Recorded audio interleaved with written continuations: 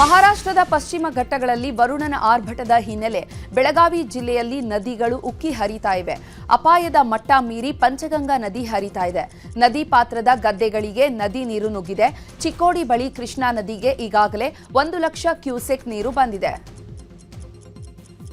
ಇನ್ನು ಪಂಚಗಂಗಾ ಹಾಗೂ ಕೃಷ್ಣಾ ನದಿ ನೀರಿನ ಮಟ್ಟದಲ್ಲಿ ಏರಿಕೆಯಾಗಿ ಸುಪ್ರಸಿದ್ಧ ನರಸಿಂಹವಾಡಿ ದತ್ತ ಮಂದಿರ ಜಲಾವೃತ ಆಗಿದೆ. ಪಂಚಗಂಗಾ ಹಾಗೂ ಕೃಷ್ಣಾ ನದಿ ಸಂಗಮ ಸ್ಥಾನದಲ್ಲಿರುವಂತಹ ದೇವಸ್ಥಾನದ ಸುತ್ತಲೂ ನೀರು ಆವರಿಸಿದ್ದು ನೀರಲ್ಲೇ ಭಕ್ತರು ದರ್ಶನ ಪಡೆದರು. ಇನ್ನು ನಿಪ್ಪಾಣಿಯಲ್ಲಿ ದೂದಗಂಗಾ ನದಿಯ ಒಳಹರಿವಿನಲ್ಲಿ ಮತ್ತೆ ಏರಿಕೆಯಾಗಿದೆ. ಬಂಗಾಲಿ ಬಾಬಾ ದರ್ಗಾಗೆ ಜಲದಿಗ್ಬಂಧನ ಉಂಟಾಗಿದೆ. ಇನ್ನು ಪಶ್ಚಿಮ ಘಟ್ಟಗಳ ಪ್ರದೇಶದಲ್ಲಿ ಭಾರೀ ಮಳೆಯಾಗ್ತಿರುವ ಹಿನ್ನೆಲೆ ನವಿಲು ತೀರ್ಥ ಜಲಾಶಯಕ್ಕೆ ಒಳಹರಿವಿನ ಪ್ರಮಾಣ ಹೆಚ್ಚಳ ಆಗಿದೆ. ನವಿಲು ತೀರ್ಥ ಜಲಾಶಯಕ್ಕೆ ಸದ್ಯ 4000 ಕ್ಯೂಸೆಕ್ ನೀರು ಒಳಹರಿವಿದೆ. ಇನ್ನು ಬೆಳಗಾವಿಯ ಗಾಂಧಿನಗರದಲ್ಲಿ ಇರುವಂತಹ ಹೆಸ್ಕಾಂ ಗ್ರಾಮೀಣ ವಿಭಾಗದ ಕಚೇರಿಗೆ ಜಲದಿಗ್ಬಂಧನ ಉಂಟಾಗಿದೆ. ಕಚೇರಿ ಆವರಣದಲ್ಲಿ ಮಳೆ ಹಾಗೂ ಚರಂಡಿ ನೀರು ತುಂಬಿರೋದ್ರಿಂದ ನೀರು ತೆಗೆಯೋದಕ್ಕೆ ಹೆಸ್ಕಾಂ ಕಚೇರಿ ಸಿಬ್ಬಂದಿ ಪರದಾಡಿದ್ರು. ಶಿವಮೊಗ್ಗದ ಆಗುಂಬೆ ಭಾಗದಲ್ಲಿ ಕಳೆದ 2 ದಿನಗಳಿಂದ ಬಿಟ್ಟು ಬಿಡದೆ ಮಳೆ ಸುರಿತಾ ಇದೆ. ಪರಿಣಾಮ ತೀರ್ಥಹಳ್ಳಿ ಆಗುಂಬೆ ಮಾರ್ಗದ ಗೌರಿಹಕ್ಲು ಬಳಿ ರಸ್ತೆಗೆ ನೀರು ನುಗ್ಗಿದೆ.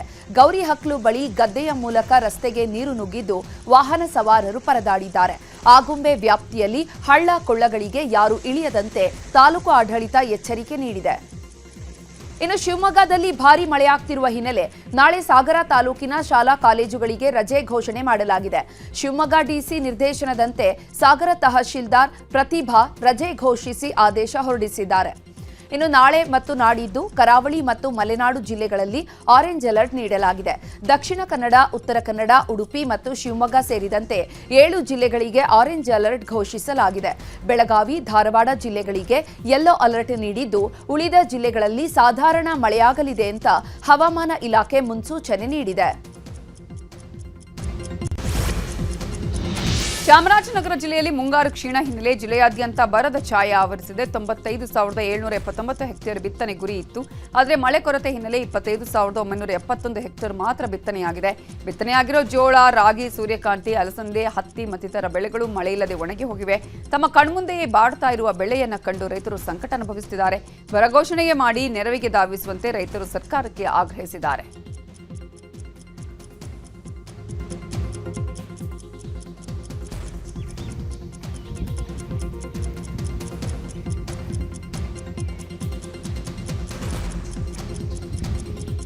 ಮಳೆ ಇಲ್ಲದೆ ಗದಗ ಜಿಲ್ಲೆಯಲ್ಲೂ ಬರದ ಛಾಯೆ ಇದೆ. ಬರಪೀಡಿತ ಜಿಲ್ಲೆ ಅಂತ ಘೋಷಣೆಯನ್ನ ಮಾಡಬೇಕು ಅಂತ ಅನ್ನದಾತರು ಒತ್ತಾಯಿಸಿದ್ದಾರೆ. ಜಿಲ್ಲೆಯಲ್ಲಿ ಕಳೆದ 1 ತಿಂಗಳಿಂದ ಮಳೆಯಾಗಿಲ್ಲ. ಮಳೆ ಇಲ್ಲದೆ ಜಮೀನಿನಲ್ಲಿ ಬೆಳೆಗಳು ಒಣಗ್ತಾ ಇವೆ. ಹೆಸರು, ಮೆಣಸಿನಕಾಯಿ, ಮೆಕ್ಕೆಜೋಳ, ಶೇಂಗಾ ಬೆಳೆ ಒಣಗ್ತಾ ಇದೆ ಅಂತ ರೈತರು ಅಳಲು ತೋಡ್ಕೊಂಡಿದ್ದಾರೆ. 3,14,000 ಹೆಕ್ಟೇರ್ ಬಿತ್ತನೆ ಗುರಿ ಪೈಕಿ ಅದೇ 2,34,000 ಹೆಕ್ಟೇರ್ ಮಾತ್ರ ಬಿತ್ತನೆಯಾಗಿದೆ ಅಂತ ಹೇಳಿ ಮೋಡ ಬಿತ್ತನೆಗೂ ರೈತರು ಆಗ್ರಹಿಸಿದ್ದಾರೆ. ರಾಜ್ಯದ ಹಲವೆಡೆ ಮಳೆ ಹಾಗೂ ಬರಗಾಲದ ಕುರಿತು ಮುಖ್ಯಮಂತ್ರಿ ಡಿಕೆ ಶಿವಕುಮಾರ್ ಮಾತನಾಡಿದ್ದಾರೆ.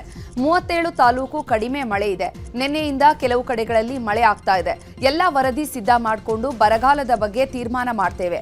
ಕುಡಿಯೋ ನೀರಿಗೆ ಆದ್ಯತೆ ಕೊಡಲಾಗಿದೆ ಅಂತ ಸಿಎಂ ಡಿಕೆ ಶಿವಕುಮಾರ್ ಹೇಳಿದರು. ಭಾಗದಲ್ಲಿ ಸುಮಾರು ವಾಡಿಕೆ ಮಳೆಗಿನ್ನ ಈಗಾಗಲೇ ಡಿಫಿಷಿಯಂಟ್ ಈಗಾಗಲೇ ಸುಮಾರು 34% ಇದೆ. ಈ 37 ತಾಲೂಕಿನಲ್ಲಿ 51 ತಾಲೂಕಲ್ಲಿ 37 ತಾಲೂಕಲ್ಲಿ ಮಳೆ ಭಾಳ ಕಡಿಮೆ ಇರೋದು ಈಗಾಗಲೇ ದಾಖಲೆಗೆ ಬಂದಿದೆ. ಸೊ ಇದ್ರ ಬಗ್ಗೆ ನಾವು ವ್ಯಾಪಕವಾಗಿ ಏನೇನು ಮುಂಜಾಗ್ರತೆ ಕ್ರಮ ಕೈಗೊಳ್ಳಬೇಕು ಅಂತೇಳಿ ಈಗಾಗಲೇ ನಮ್ಮ ರೆವಿನ್ಯೂ ಮಿನಿಸ್ಟ್ರು, ಉಪಮುಖ್ಯಮಂತ್ರಿಗಳು ಪರಿಶೀಲನೆ ಮಾಡಿದ್ದಾರೆ. ಈಗ ರಾಜ್ಯದ ವಿದ್ಯಮಾನಗಳನ್ನು ನೋಡೋಣ. ಬೆಂಗಳೂರಲ್ಲಿ ಆಪರೇಷನ್ ಫುಟ್ಪಾತ್ ಹೆಸರಲ್ಲಿ ಜಿಬಿಎ ಅಧಿಕಾರಿಗಳು ಎಡವಟ್ಟು ಮಾಡಿರುವ ಆರೋಪವೂ ಕೇಳಿಬಂದಿದೆ. ನಾಗರಬಾವಿಯಲ್ಲಿ ಫುಟ್ಪಾತ್ ತೆರವು ವೇಳೆ ಅಂಗಡಿಯ ಕಟ್ಟಡದ ಮುಂಭಾಗವನ್ನು ಕೆಡವಿದ್ದಾರಂತೆ. ಶೀಟ್ ಜೊತೆಗೆ ಮುಂಭಾಗದ ಕಟ್ಟಡವನ್ನು ಬೀಳಿಸಿದ ಸಿಬ್ಬಂದಿ ವಿರುದ್ಧ ಅಂಗಡಿ ಮಾಲೀಕ ಬಾಬು ಸಾಬ್ ಬೇಸರ ಹೊರಹಾಕಿದ್ದಾರೆ. JCB ಇದು ಮಾಡಿದ್ರ ಪೂರ್ತಿ ಸಮೇತ ಹಿಂಗೆ ಎತ್ಕೊ ಬಂತು. ಇವಾಗ ಪರಿಹಾರ ಯಾರು ಕೊಡ್ತಾರೆ ಸರ್ ಇದಕ್ಕೆ? ಹೇಗೆ ಕರ್ಕೊಬರೋ ಕಂಪ್ಲೇಂಟ್ ಕೊಡೋಗಿ BBMPಗೆ ಮಾಡ್ರಿ ಅಂತ ಅವ್ರು ಹೇಳಿದ್ರು. ಸರ್ ಇಲ್ಲೇ ನೀವು ನೋಡ್ದಿಲ್ಲ ಸರ್ ಕಣ್ಣಾರೆ ಏನು ನಡೀತೆ, ನಿಮಗೆ ನೋಡ್ತಾ ಇದ್ದೀರಲ್ಲ. ನಮ್ಮ ಫುಟ್ಪಾತಲ್ಲಿ ಅಲ್ಲಿ ಗಂಟ ಬಂದಿದ್ದೀವಾ? ನಮ್ದಿಷ್ಟು ಲಿಮಿಟ್ ಅಷ್ಟೇನೆ, ಅದು ಹೇಳ್ಬಿಟ್ಟು ಹಿಂಗೆ ಕಡೆ ಯಾರು. ಮೇಕೆದಾಟು ಯೋಜನೆಯ ವಿಚಾರವಾಗಿ ತಮಿಳುನಾಡು ಖ್ಯಾತೆಗೆ ಕನ್ನಡ ಪರ ಹೋರಾಟಗಾರ ವಾಟಾಳ್ ನಾಗರಾಜ್ ಕಿಡಿಕಾರಿದ್ದಾರೆ. ಕನ್ನಡ ಸಂಘಟನೆಗಳು ಹೊರತುಪಡಿಸಿ ಯಾರೂ ಮೇಕೆದಾಟು ವಿಚಾರವಾಗಿ ಮಾತನಾಡ್ತಾ ಇಲ್ಲ. 15ನೇ ತಾರೀಕು ಅತ್ತಿ ಬೆಲೆ ಗಡಿ ಭಾಗ ಬಂದ್ ಮಾಡ್ತೇವೆ ಅಂತ ವಾಟಾಳ್ ಹೇಳಿದ್ರು. ಮೇಕೆದಾಟ್ 15ನೇ ತಾರೀಕು ತಮಿಳುನಾಡು ಗಡಿ ಬಂದ್. 15ನೇ ತಾರೀಕು ಬೆಳಗ್ಗೆ ಸಾಯಂಕಾಲದವರೆಗೂ ಹತ್ತಿ ಬೆಲೆ ಗಡಿ ಬಂದ್. ಬೆಂಗಳೂರಿನ ಮಾರತ್ಹಳ್ಳಿಯಲ್ಲಿ ದೇಗುಲ ಪಕ್ಕದಲ್ಲೇ ಇದ್ದ ನಾನ್ ವೆಜ್ ಹೋಟೆಲ್ಗೆ ಬೆಂಕಿ ಬಿದ್ದಿದೆ. ಮಾಹಿತಿ ತಿಳಿದ ಕೂಡಲೇ ಸ್ಥಳಕ್ಕಾಗಮಿಸಿದ ಪೊಲೀಸರು ಹಾಗೂ ಅಗ್ನಿಶಾಮಕ ದಳ ಸಿಬ್ಬಂದಿ ಬೆಂಕಿ ನಂದಿಸಿದ್ದಾರೆ. ಕೊಪ್ಪಳದ ಅಂಜನಾದ್ರಿ ಹುಂಡಿ ಎಣಿಕೆ ಮುಗಿದು 4 ದಿನಗಳ ಬಳಿಕ ಪತ್ರಿಕಾ ಪ್ರಕಟಣೆ ಮಾಡಲಾಗಿದೆ. 94 ದಿನಗಳಲ್ಲಿ ಬರೋಬ್ಬರಿ 71,77,460 ರೂಪಾಯಿ ಹಣ ಸಂಗ್ರಹ ಆಗಿದೆ. ಹುಂಡಿ ಎಣಿಕೆ ಮುಗಿದ 4 ದಿನಗಳ ಬಳಿಕ ಪತ್ರಿಕಾ ಪ್ರಕಟಣೆ ಕುರಿತು ಆಡಳಿತದ ನಡೆಗೆ ಅನುಮಾನ ಹುಟ್ಟಿಕೊಂಡಿದೆ.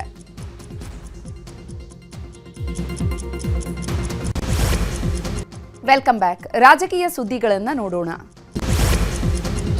ಡಿಕೆ ಶಿವಕುಮಾರ್ ಸಿಎಂ ಆದ ಬಳಿಕ ಕಾಂಗ್ರೆಸ್ ಸಿದ್ದರಾಮಯ್ಯರನ್ನ ಮೂಲೆಗುಂಪು ಮಾಡಿದೆ ಅಂತ ಮಾಜಿ ಸಚಿವ ಶ್ರೀರಾಮುಲು ಆರೋಪಿಸಿದ್ದಾರೆ. ಮೈಸೂರಿನಲ್ಲಿ ಮಾತನಾಡಿದ ಶ್ರೀರಾಮುಲು, ಸಿದ್ದರಾಮಯ್ಯ ಹೆಸರೇಳಿ ಕಾಂಗ್ರೆಸ್ ಅಧಿಕಾರಕ್ಕೆ ಬಂತು. ಇಂದು ಸಿದ್ದರಾಮಯ್ಯ ಯಾವ ಕಾರ್ಯಕ್ರಮಕ್ಕೂ ಬರ್ತಾ ಇಲ್ಲ ಅಂದ್ರು. ಇತ್ತ ಸಚಿವ ಯತೀಂದ್ರ ಸಿದ್ದರಾಮಯ್ಯ ವಿರುದ್ಧವೂ ಶ್ರೀರಾಮುಲು ಗುಡುಗಿದ್ರು.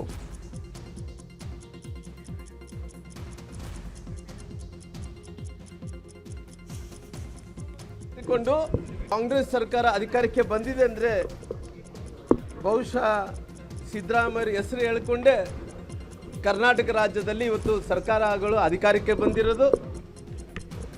ಜೊತೆಲಿ ಕಾವೇರಿಯ ನಿವಾಸದಲ್ಲಿ ಒಂದು ಕಡೆ ಅಂತೂ ಕಾಂಗ್ರೆಸ್ಸಿನ ನಾಯಕರು ಡಿಕೆ ಶಿವಕುಮಾರ್ ಅವರು ಹೈಕಮಾಂಡ್ ಎಲ್ಲರೂ ಕೂಡ ಸೇರಿ ಅವರು ಕೂಡ ಹಾಕಿದ್ದಾರೆ.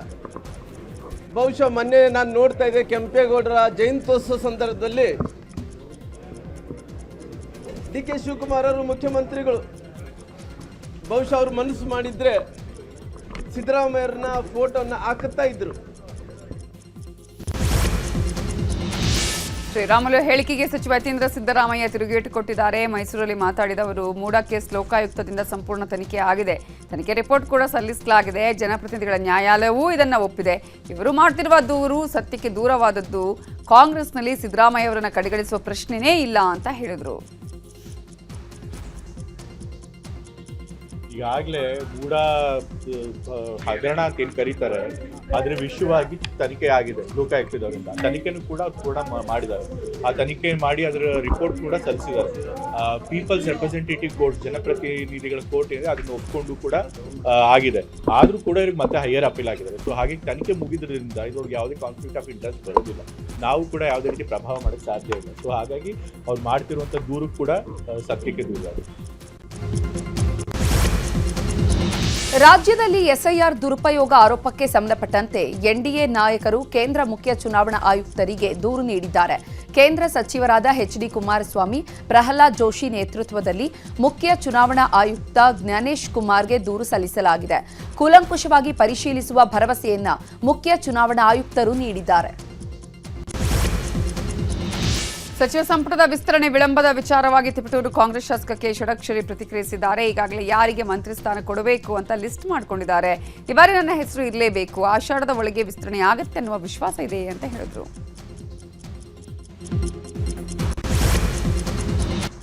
ದೇಶದ ಸುದ್ದಿಗಳನ್ನ ನೋಡೋಣ.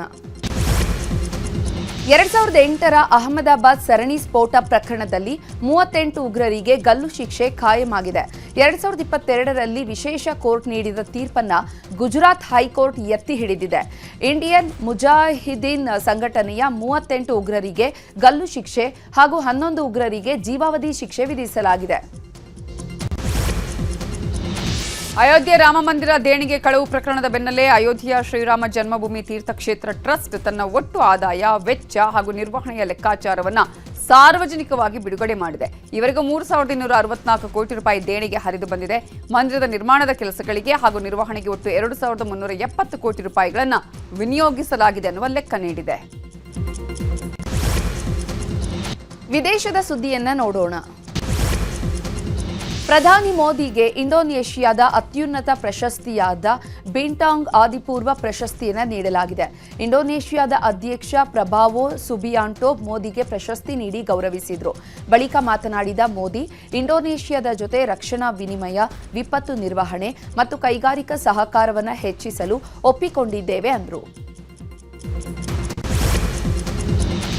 ಫ್ರಾನ್ಸ್ ಅಧ್ಯಕ್ಷ ಮ್ಯಾಕ್ರಾನ್ ಸಿರಿಯಾಗೆ ಭೇಟಿ ನೀಡಿದ್ರು. ಈ ವೇಳೆ ಮ್ಯಾಕ್ರಾನ್ ತಂಗಿದ್ದ ಹೋಟೆಲ್ ಸಮೀಪ ಬಾಂಬ್ ಸ್ಫೋಟ ಸಂಭವಿಸಿದೆ. ಘಟನೆ ಬಳಿಕ ರಸ್ತೆಗಳನ್ನು ಬಂದ್ ಮಾಡಲಾಗಿದೆ. ನಂತರ ಮ್ಯಾಕ್ರಾನ್ ಹಾಗೆಯೇ ಅಹಮದ್ ಅಲ್ ಶರಾ ಅವರು ಡಮಾಸ್ಕಸ್ನ ಅಧ್ಯಕ್ಷರ ಅರಮನೆಯಲ್ಲಿ ಮಾತುಕತೆ ಮಾಡಿದರು. ಶಾಂತಿ ಒಪ್ಪಂದಕ್ಕೆ ಬರದಿದ್ದರೆ ಇರಾನ್ನನ್ನ 1 ಗಂಟೆಯಲ್ಲಿ ನಾಶಪಡಿಸುತ್ತೇವೆ ಅಂತ ಟ್ರಂಪ್ ಮತ್ತೊಮ್ಮೆ ಬೆದರಿಕೆ ಹಾಕಿದ್ದಾರೆ. ಇದಕ್ಕೆ ಇರಾನ್ ತೀವ್ರ ಖಂಡನೆ ವ್ಯಕ್ತಪಡಿಸಿದ್ದು, ಅಮೆರಿಕಾಗೆ ಸಂಸ್ಕೃತಿ ಇಲ್ಲ ಅಂತ ಟೀಕಿಸಿದೆ.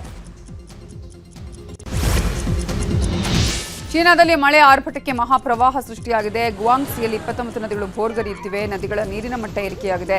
ರಸ್ತೆಯಲ್ಲಿದ್ದ ಕಾರುಗಳು ಕೊಚ್ಚಿ ಹೋಗಿವೆ.